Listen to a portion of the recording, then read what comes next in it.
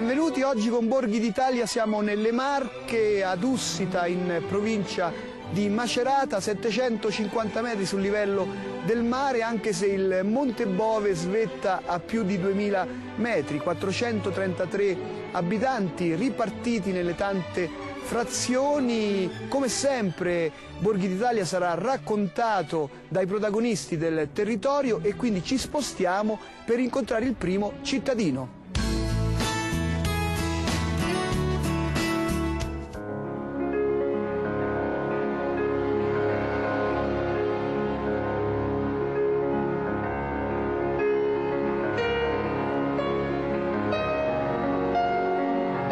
Siamo nel comune di Ussita, è una particolarità della provincia di Macerata più legata al Tirreno che all'Adriatico. È una questione nata da Napoleone, questa zona che è spartiacque tirrenico, i tre comuni di Ussita, Visso e Castel Sant'Angelo, portano l'acqua alla Cascata delle Marmore e poi al Tirreno, sul Tevere, ma storicamente per un abbizzo della storia siamo in territorio marchigiano. Ci fu uno scambio con Napoleone fra questi tre comuni e alcuni comuni del Fabrianese. Oggi questo è chiamato Alto Nera e si tratta dell'incontro di due fiumi, perché il Nera e l'Ussita si riuniscono a Visso.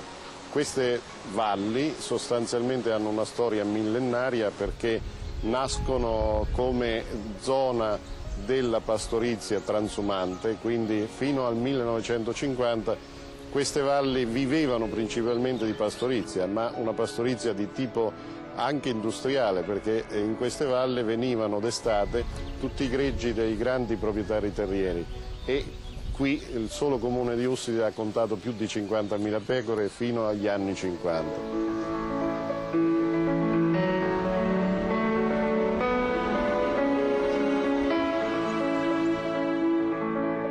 Tutti questi tre comuni formano un insieme per cui in un certo periodo dell'anno, secondo un certo calendario specifico, si partiva da tutti i borghi di queste zone per trasferirsi sull'Agro Romano e per arrivare dalla Toscana fino al Basso Lazio.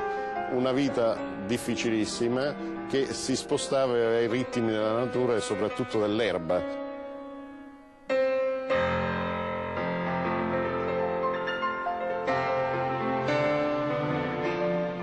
Tutti questi borghi quindi si rianimavano nel periodo del rientro che coincideva col 12 di giugno.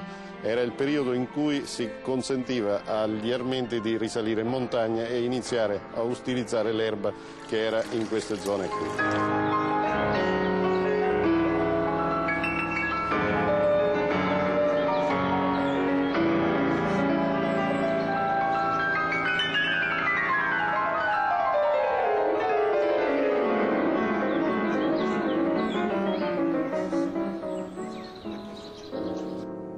Noi abbiamo il nostro comune che è Ussita, si è diviso da Visso insieme a Castel Sant'Angelo che è l'altro comune sull'altra valle. Qui abbiamo una Y, Visso era la vera città che fino al 400 aveva dominato e che ha continuato a dominare. Solo dopo tante aspirazioni, solo nel 1913 questi comuni hanno il riconoscimento della loro autonomia. C'è un ulteriore decreto reale del 1916 che delimita i confini, ma era in corso la grande guerra 15-18, per cui tutto rimane sulla carta fino addirittura al 1921. Nel 1921 è la prima riunione del Consiglio Comunale di Ussita e contemporaneamente anche quello di Castel Sant'Angelo, è l'avvio dell'autonomia.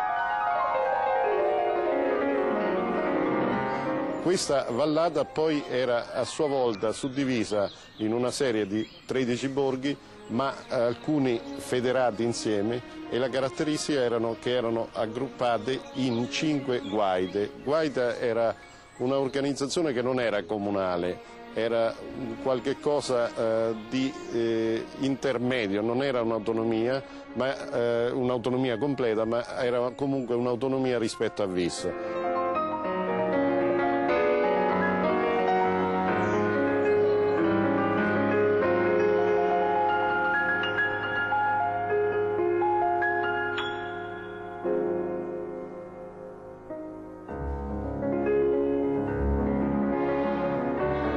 caratteristica di questi borghi è che vicino alla chiesa si conformava il borgo, le famiglie venivano qui e avevano qui la loro base, però erano borghi che lasciati per molti mesi dell'anno in mano al matriarcato. Sembra una cosa particolare, ma in realtà chi portava avanti la famiglia, chi organizzava la casa, chi poi accudiva i figli per tutto il lungo periodo dell'anno erano sicuramente le donne.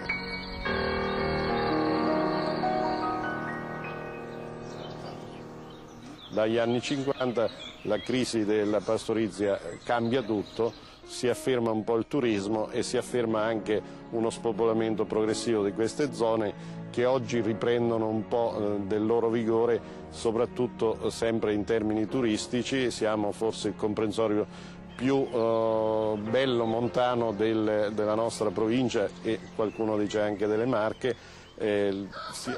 Andiamo da un fondovalle intorno ai 700 metri per salire fino ai 2100 e qualcosa del Monte Bove.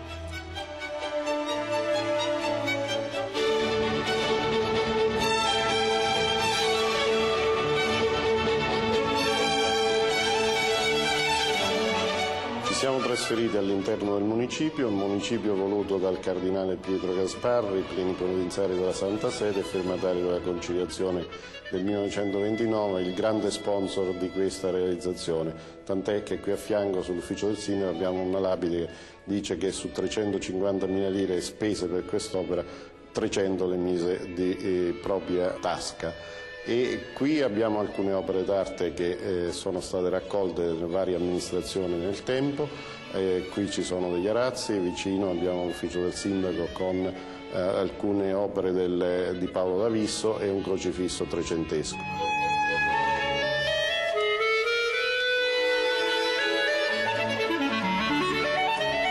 Il gonfalone di questo comune è legato tutto al Monte Bove, è il massiccio che domina queste vallate, è il più alto questo di questa zona qui, anche se i Sibillini poi col Monte Vettore arrivano intorno ai 2400 metri. Il Bove rappresenta anche un animale che quindi è raffigurato in sottofondo giallo e verde, e il Bove dorato che è il simbolo di questo comune.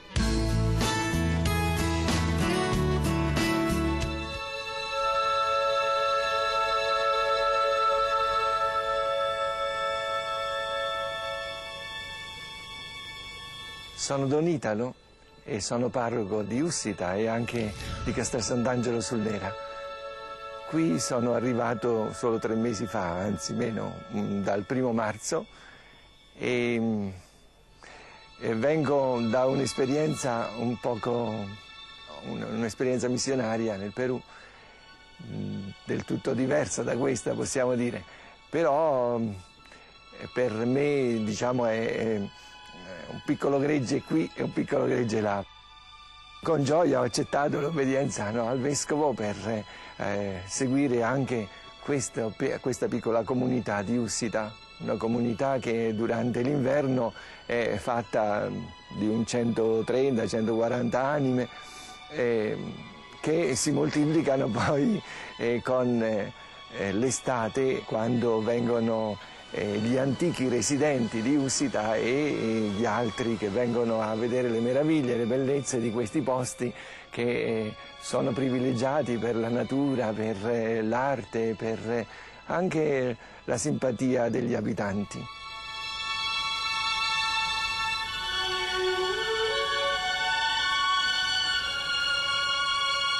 Cerco di stare dietro, diciamo, agli anziani, che sono la maggior parte della popolazione, quindi c'è una casa di riposo, ci sta degli ammalati che vivono presso le loro famiglie e questa è un poco la mia attività principale. I bambini sono purtroppo pochi.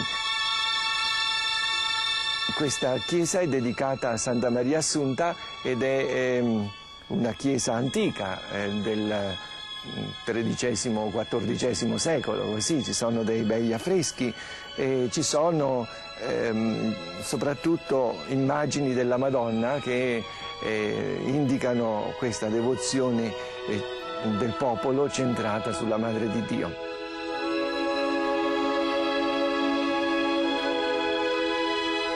Celebriamo la festa del 15 agosto, certamente, poi c'è un'altra festa importante del Santissimo Crocifisso, soprattutto nelle feste triennali viene onorata questa immagine lignea che si trova all'interno della chiesa.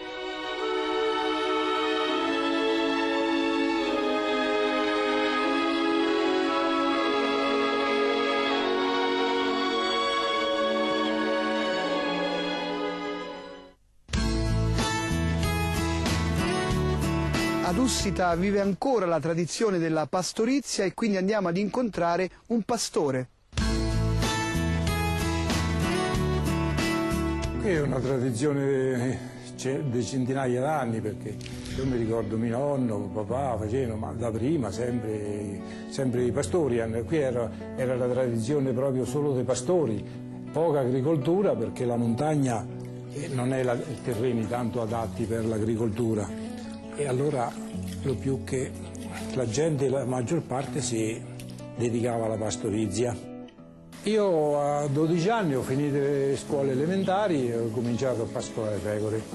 Allora si cominciava appena finite le scuole, anche papà è andato a Maremma a 12 anni, per esempio, prima anche a 8-9 anni ci andavano a Maremma a pascolare pecore. Si cominciava, quando non c'erano le scuole, si cominciava e si andava a pascolare pecore.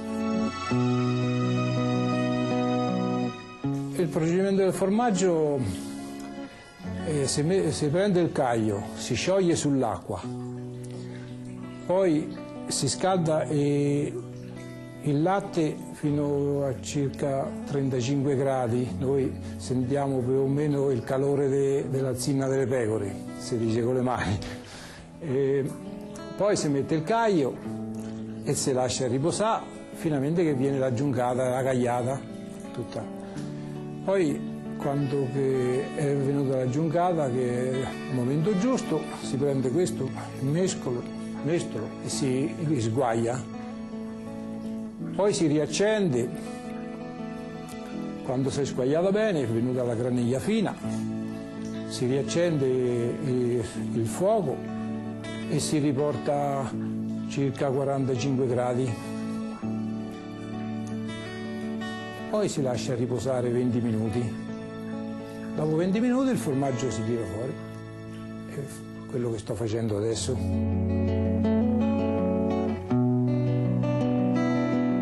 Adesso lo devo spremere, gli devo togliere tutto il siero che poi dopo ci facciamo la ricotta.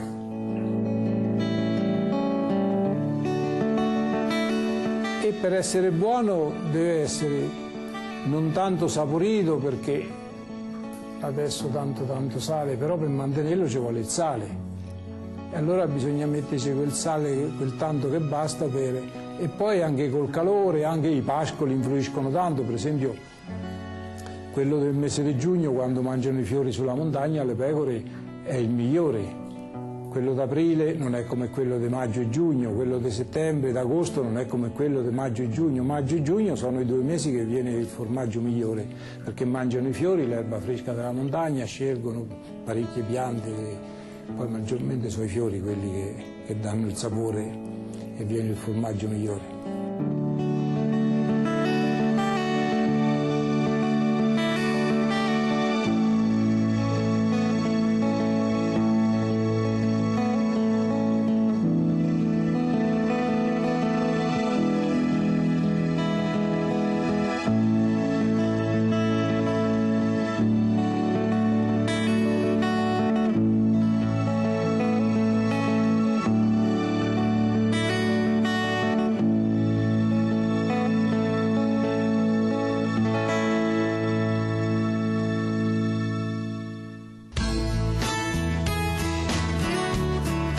Storico del posto entriamo sommariamente nella storia di Ussita e scopriamo l'itinerario delle chiese più importanti.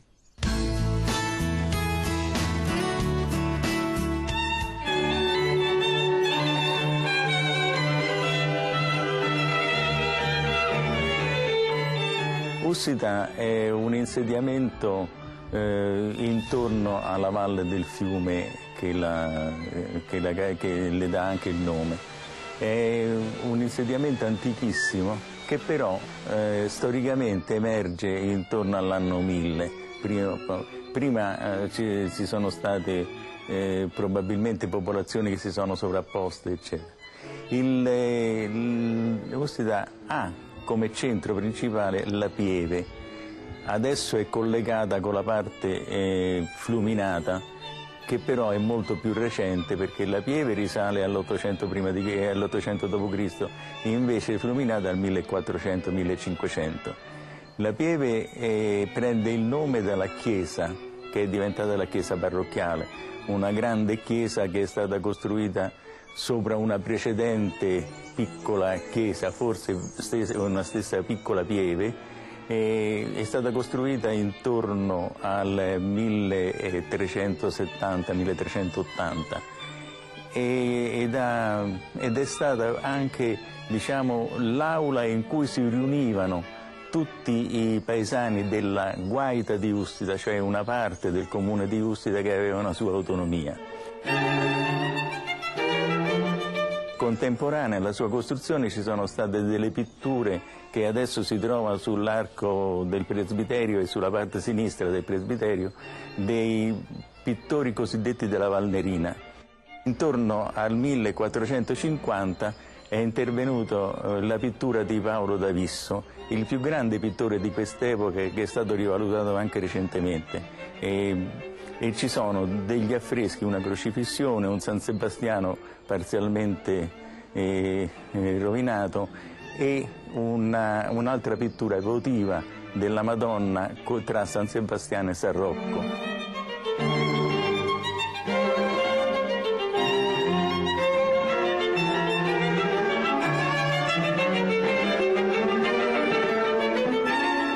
Questi santi ricorreranno spesso nelle chiese di Ustida perché sono i santi protettori dalle malattie infettive e soprattutto dalla peste.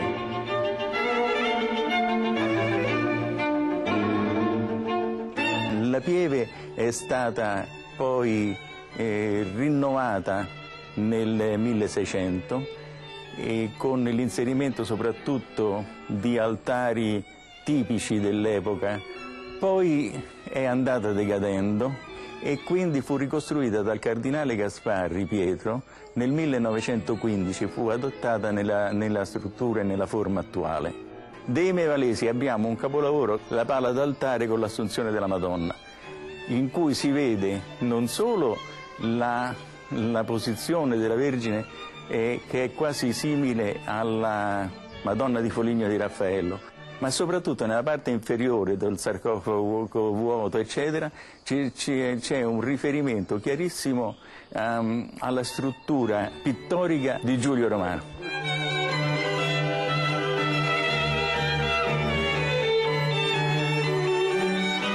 Nel paese poi ci sono altre chiese molto antiche, per esempio c'è la chiesa di Casali, che è una frazione del paese che si trova a 1000 metri di quota, che è una chiesa che è stata consacrata nel 1088, è una chiesa bellissima, tutta in conci di pietra, che praticamente nonostante il terremoto del 97 non ha subito nessun danno, nemmeno se n'è accorta.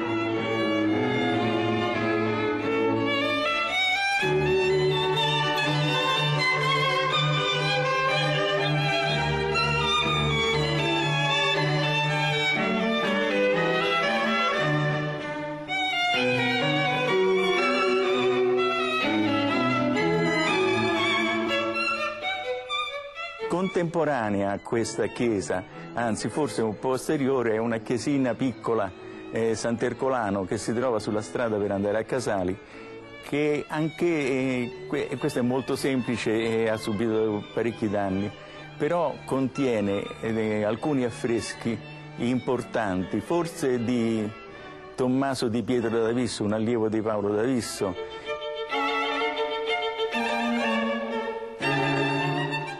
e ha anche una strana iconografia del trasporto della casa di Loreto.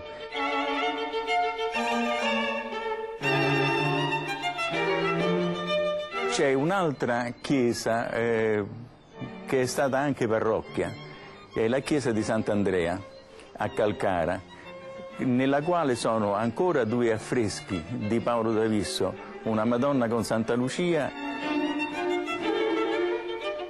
e un San Matteo.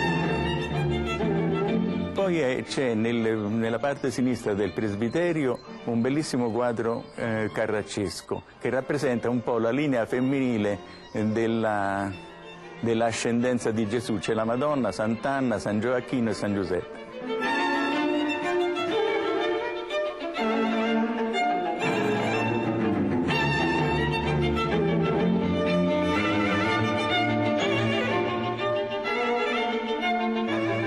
Abbiamo anche un'altra chiesa sotto Sorbo che è Santo Stefano.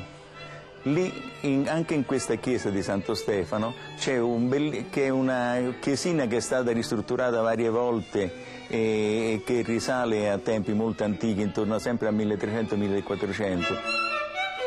Ha un bellissimo San Giovanni di Paolo d'Avisso, tutto vestito con un manto giallo, perché in quell'epoca il colore del giallo era il colore dei giovani e San Giovanni è il più giovane degli apostoli, al quale è stato tagliato un pezzo della testa per l'apertura di una finestra, probabilmente quando in occasione delle pestilenze che si sono verificate qua, le chiese accoglievano gli appestati e venivano scialbate e probabilmente non se ne sono accorti quando hanno aperto la finestra.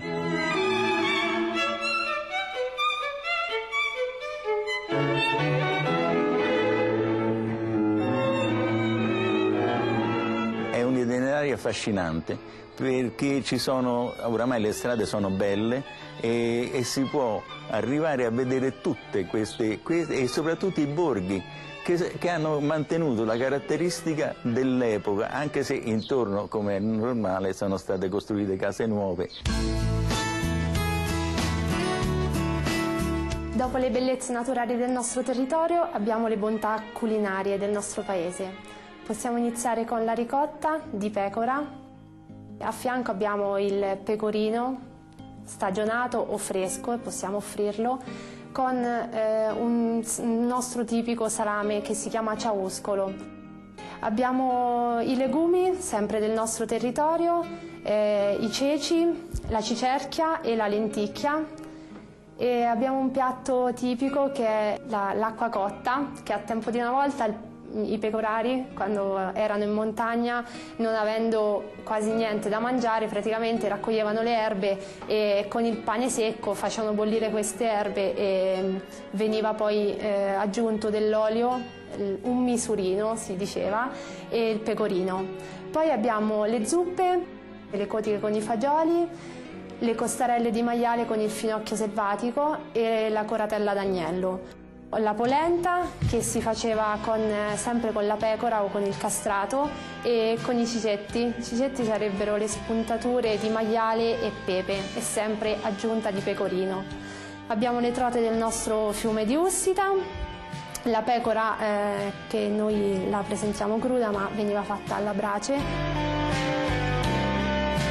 I dolci sono i ravioli dolci con la ricotta e cacao e gli stringozzi con cacao, noci, e questo piatto, questo dolce praticamente veniva offerto soprattutto a Natale, perché avendo pochissimo da mangiare si cercava di creare un dolce. Un prodotto di grande importanza del nostro territorio è l'acqua, che ne abbiamo in abbondanza e è molto diuretica. Buon appetito e vi aspettiamo ad Ussita nel nostro territorio.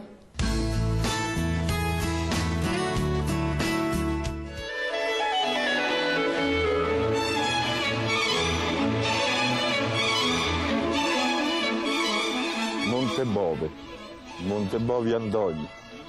Montebovi Antonio, lo vicino di casa. Montebovi Antonio, mio nonno.